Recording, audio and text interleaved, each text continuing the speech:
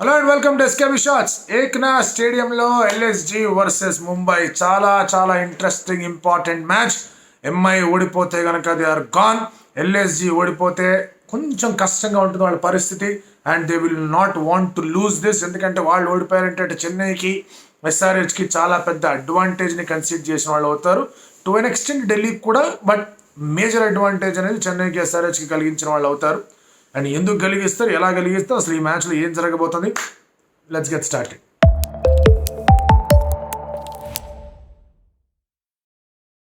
ఈ మ్యాచ్ అనేది basically the timing of this match అనేది అద్దరిపోయింది బాస్.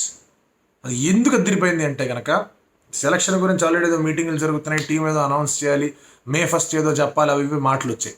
కరెక్ట్గా టీం అనౌన్స్ చేసే ముందు KL Rahul is playing and Rohit Sharma is playing ఆపోజిట్లో, చూడడానికి ఏం జరుగుతుందని. హార్దిక్ పాండ్యా టీంలో ఉన్నాడు, ఇక్కడ అంటే ఆడే టీంలో ఉన్నాడు. Is captain of Mumbai Indians of course, but ఆడే టీంలో ఉన్నాడు. ఎక్కడో అక్కడ ఏదో ఒక రూపంలో తిలక్కేమన్న అవకాశం వస్తుందా రాదని తెలుసు, బట్ స్టిల్ సంహౌ ఏదన్నా ఛాన్స్ ఉందా అని చెప్పేసి అక్కడ ఒక ఆలోచన కనిపిస్తుంది.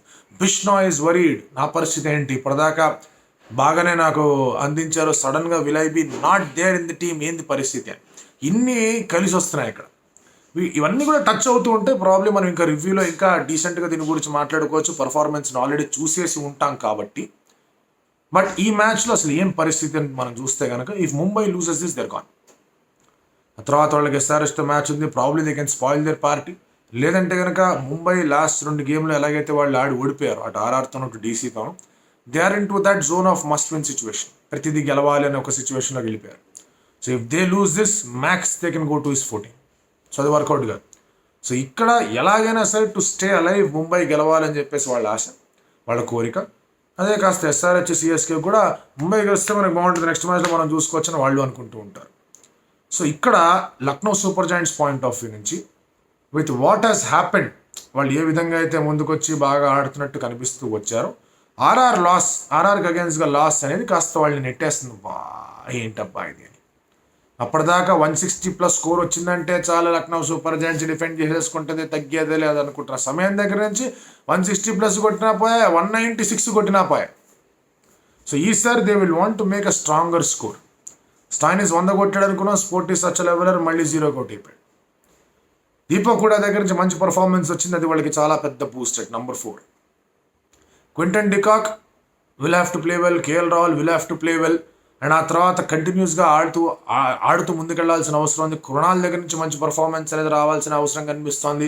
పూరన్ వాళ్ళ జెమ్, వాళ్ళ గన్, అండ్ అతను బాగా ఆడాడంటే కనుక ఒక బుమ్రా కాకుండా మిగతా బౌలింగ్ యూనిట్ కొంచెం అగమ్యగోచరమైన స్థితిలో ఉంది కాబట్టి వాళ్ళ మీద అటాక్ చేయగలిగితే నిజంగానే ముంబైకి గమ్యం ఏంటో తెలియకుండా ఒక స్థితికి వెళ్ళిపోతారని ఒక ఆకాంక్ష. బట్ అన్నిటికన్నా ఎక్కువ టాస్ విల్ ప్లే రోల్. కొంతవరకు డ్యూ, కొంతవరకు pitch, easing out, slow pitch అంటారు, late it will get better, everything is there. అవన్నీ ప్రతిసారి చెప్పుకున్నవే. సో ఫస్ట్ బ్యాటింగ్ చేసేవాళ్ళు ఇంకొంచెం జాగ్రత్తగా ఆడాలి in terms of increasing their run rate. జాగ్రత్తగా ఇంక్రీజింగ్ దర్ రన్ రేట్ ఏంటి అనుకోకండి. ఇప్పుడు ఫస్ట్ బ్యాటింగ్ చేస్తున్న వాళ్ళకి ఏంటంటే ఎప్పుడు కూడా అదనంగా ఒక 15 runs క్వశ్చన్ అనేది పెట్టుకోవాలి. వాళ్ళ ఎంటైర్ జాగ్రత్త is to get that extra 15 runs. అది ఎలా వాళ్ళు ప్లాన్ చేసుకుంటారు అనేది చాలా ఇంపార్టెంట్. సో ఇద్దరికీ కూడా సమస్యలు ఉన్నాయి. ఎందుకు ఏ విధంగా సమస్యలు ఉన్నాయంటే ఇద్దరి దగ్గర, సరే మనం లక్నో సూపర్ జాయింట్స్ నుంచి మాట్లాడితే ఫ్రమ్ దేర్ అండ్ ముంబైకి ఎటువంటి సమస్య అనేది వస్తుంది. ట్రెంట్ ఇన్ఫ్యాక్ట్ ఇక్కడ లక్నో సూపర్ జాయింట్స్కి ఉన్న ఫాస్ట్ బౌలింగ్ యూనిట్ అనేది వీళ్ళు కాస్త ఇబ్బంది కలిగేస్తుంది. ఎలాగైతే ట్రెంట్ బౌల్ట్ రాజస్థాన్ రాయల్స్కి ఆడినప్పుడు ముంబైని ఎట్లాగైతే ఇబ్బంది పెట్టాడు, సిమిలర్ నోషన్లో ఇక్కడ వీళ్ళు ఏమైనా చేయగలరా అనేది చూడాలి. మంచి స్వింగ్ స్టార్టింగ్లో కనుక లభిస్తే కనుక డెఫినెట్లీ ఇషాన్ కిషన్ని కానీ, రోహిత్ శర్మని కానీ, స్కైని కానీ వాళ్ళు కట్టడి చేయొచ్చు. So that is what they will be looking at. ఏం జరుగుతుంది, అలాంటి స్వింగ్ బౌలింగ్ అనేది మనం మ్యాట్ హెన్రీ ద్వారా మళ్ళీ ఇంకొకసారి లాగిద్దామా, ఇక్కడ ఉన్న వికెట్ తీసే ప్రయత్నం చేద్దాం. యష్ ఠాకూర్కి ఇంకొంచెం come on this is your match అని చెప్పేసి ఇంకా కాస్త అతన్ని ప్రేరేపిద్దాం. మళ్ళీ అమిత్ భాయ్ మిశ్రాని తీసుకొద్దామా లైన్లోకి, ఎందుకంటే అక్కడ సూర్యకుమార్ యాదవ్ దొరికే ఛాన్స్ ఉంది. Hardik always a good player of leg spin, out అయ్యే అవకాశాలు ఉన్నాయి. సో ఇటువంటి కొన్ని సమీకరణాలు ఉన్నాయి కాబట్టి ఏమన్నా ఇబ్బంది కలగజేద్దామని చెప్పేసి వాళ్ళు ఆలోచిస్తూ ఉంటారు. ఐడియల్లీ బిష్నాయ్ని ఆడించాలి, బికాస్ దేర్ ఇస్ సెలెక్షన్. బిష్నాయ్ని ఆడించలేదు అంటే కనుక Bishnoi will not be going to world cup mostly, unless లేదు మన దగ్గర పెడిగ్రీ ఉంది, బ్యాటింగ్ చేయగలి, ఫీల్డింగ్ చేయగలి, లేదు తీసుకెళ్దాం ఐపీఎల్ని పక్కన పెట్టిండి అనుకుంటే కనుక. ఒకవేళ ఐపీఎల్ని పక్కన పెట్టి బిష్నాయ్ని తీసుకెళ్తే సిరాజ్ని కూడా తీసుకెళ్ళాలి. సో ఇద్దరిని తీసుకెళ్దాం డిసైడ్ అయితే నా నిర్ణయం తీసుకుని దాని గురించి మళ్ళీ మాట్లాడతాం. సో ఈ పరిస్థితిలో ఇక్కడ దట్ ఓపెనింగ్ బౌలింగ్ ఏదైతే ఉందో అది ఇబ్బంది పెట్టే విధంగా ఉండాలి. అండ్ కృణాల్ పాండ్యాని చాలా జాగ్రత్తగా వాడాలి. ఎందుకంటే కృణాల్ పాండ్యా ఎక్స్క్లూజివ్గా ఎవరైతే బాగా అద్భుతమైన స్ట్రోక్ ప్లే ఉన్న ప్లేయర్స్ ఉన్నారో వాళ్ళని అవుట్ చేయడంలో సక్సెస్ఫుల్ అవుతున్నాడు. అది ఐపీఎల్లో అతనికి వస్తున్నాడు, ముంబై ఇండియన్స్లో ఉన్నప్పటి నుంచి వస్తూనే ఉంది, అదే కంటిన్యూ చేస్తున్నాడు. So Krunal Pandya should somehow get that నాక్ గోయింగ్ ఈ మ్యాచ్లో కూడా, అది చాలా ఇంపార్టెంట్. అండ్ అలాగే ముంబై నుంచి ఇక్కడ ఏంటి ప్రాబ్లం అనేది ఆలోచించుకుంటే కనుక, if Bumrah bowls top 2 overs, Quinton de Kock versus Bumrah, Rahul versus Bumrah చాలా పెద్ద బ్యాటిల్. ఆ తర్వాత ఎవరిని ఆడిస్తారు వాళ్ళు? తుషార్ చేతే ముందుకెళ్తారా, లేదా నబీ చేత పవర్ ప్లేలో వేయిస్తారా? నబీ చేత వేయిస్తే కనుక పూరన్ అండ్ నబీ నిజంగానే అది ఆమె తుమి తేల్చుకునేంత వరకు వస్తుందా? లేదంటే కనుక ఒక పీయూష్ చావ్లా లాంటి వాడు వచ్చాడంటే కనుక ఒక స్టాయినిస్ని, ఒక హుడ్డాని వీళ్ళని ఏమన్నా కొంచెం ఇబ్బంది పెట్టగల. సో ఇలాంటి బ్యాటిల్స్ అనేవి కనిపిస్తూ ఉన్నాయి. సో మీరు అబ్జర్వ్ చేయండి, లక్నో సూపర్ జైంట్స్ నుంచి బౌలింగ్ కాంట్రిబ్యూషన్స్ అనేవి ఎక్కువగా ఉన్నాయి, ముంబై ఇండియన్స్ నుంచి బ్యాటింగ్ కాంట్రిబ్యూషన్స్ అనేవి ఎక్కువగా ఉన్నాయి. సో లక్నో సూపర్ జైంట్స్ నుంచి కూడా ఉన్నాయి కాదనట్లేదు, but Mumbai Indians batting contributions ఎక్కువగా. Mumbai Indians might just say Tim David ఆజా బర్డ్ జావ్ రొమారియా ఒక ఖిలాయింగ్, రొమారియాని ఏమన్నా ఆడిస్తారా అనేది చూడాలి. ఒకవేళ అతను ఫిట్గా ఉండి అవైలబుల్గా ఉంటే దట్స్ డిఫరెంట్ స్టోరీ, ఆడిస్తారా లేదా అనేది చూడాలి. స్పిన్ విభాగంలో చూసుకుంటే కనుక ముంబై ఇండియన్స్ కొంచెం వీక్గా ఉన్నారు. పీయూష్ చావ్లా ఆర్ శ్రేయాస్ గోపాల్ ఎవరు ఆడినా కూడా ఎక్కడో అక్కడ ఏదో ఒక రూపంలో some contribution they are making. And Piyush Chawla last మ్యాచ్లో 6 కూడా కొట్టాడు, ఫినిష్ చేద్దామని కూర్చున్నాడు. సో పీయూష్ చావ్లా వేసే అవకాశాలు ఉన్నాయి, గూగ్లీ కూడా వేస్తాడు, బాగా వేస్తాడు. సో అదొక ఛాలెంజ్ అనేది కనిపిస్తుంది వీళ్ళిద్దరి మధ్య. సో కీ బ్యాటిల్స్ అదే మనం మాట్లాడడం, Matt Henry versus Rohit Sharma, అలాగే Bumrah versus Quinton de Kock or KL Rahul. ఇటు సైడ్ మన Piyush Chawla versus Marcus Stoinis, Nicholas Pooran. అటు సైడ్ నుంచి కృణాల్ పాండ్యా వర్సెస్ సూర్యకుమార్ యాదవ్. బిష్నాయ్ అమిత్ భాయో తెలియదు కాబట్టి చూడాలి ఇంకా ఎటువంటిది ఉంది పరిస్థితి అని చెప్పి. అండ్ ఇంకొకటి ఇక్కడ ఆస్పెక్ట్ మీరు ఆలోచించాల్సింది ఏంటంటే పిచ్ అనేది ఏ విధంగా ప్లే అవుతుంది అండ్ దానికి తగ్గట్టుగా టార్గెట్ చేసుకుని ఏ బౌలర్లు ఆడుతారు. ఇప్పుడు తుషారా లాంటి ప్లేయర్స్ని ఒకవేళ కనుక ఒక రాహుల్లో లేదా ఒక హుడ్డానో స్టాయినిస్తో బాగా ఆడారంటే the impact will be more.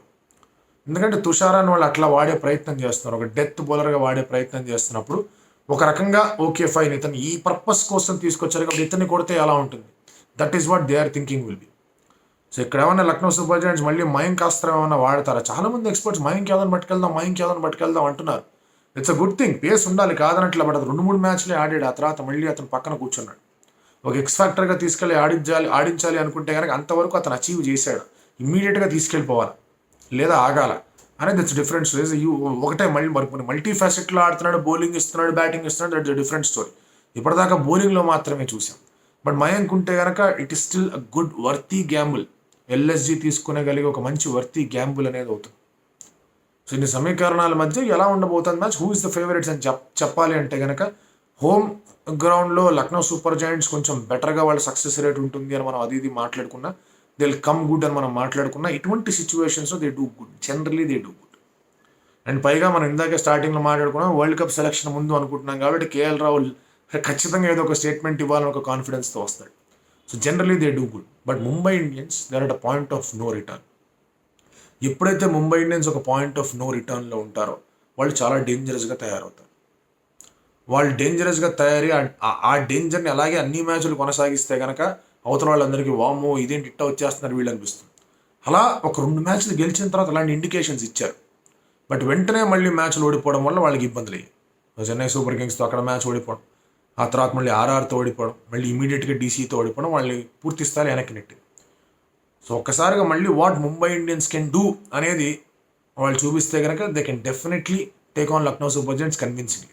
But దానికి హార్దిక్ బాగా ఆడాలి. హార్దిక్ మీద అందరి కళ్ళు ఉన్నాయి. సి రైట్ నో స్పీకింగ్ ఒక జెన్యున్గా ఒక ఆల్రౌండర్ స్పాట్ ఎవరికన్నా ఇవ్వాలి టీంలో అంటే it is Axar Patel Indian world cup టీంలో. అటు బ్యాటింగ్ ఇటు బౌలింగ్ ట్రిక్కీ సిచ్యువేషన్స్లో ఆడడం, ఫీల్డింగ్, వికెట్లు తీయడం, 6లు కొట్టడం అన్ని అక్షర్ పటేల్ జడేజా కన్నా హార్దిక్ కన్నా బాగా చేస్తున్నాడు.